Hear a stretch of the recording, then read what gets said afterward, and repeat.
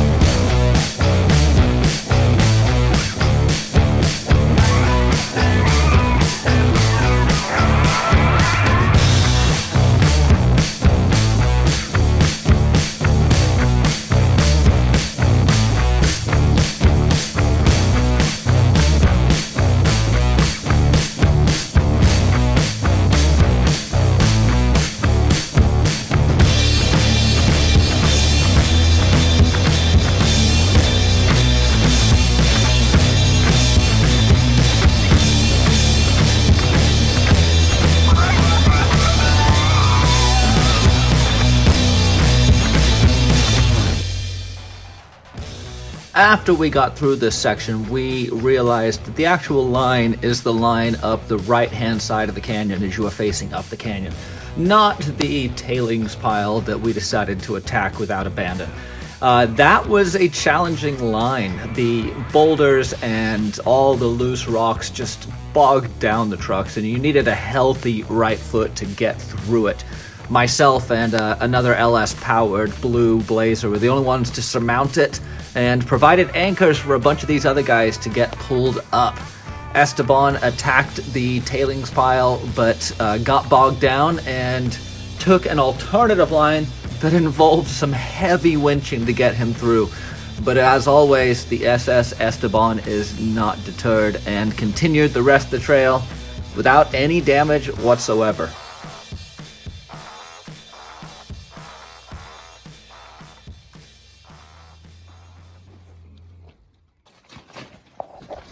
We found a mine.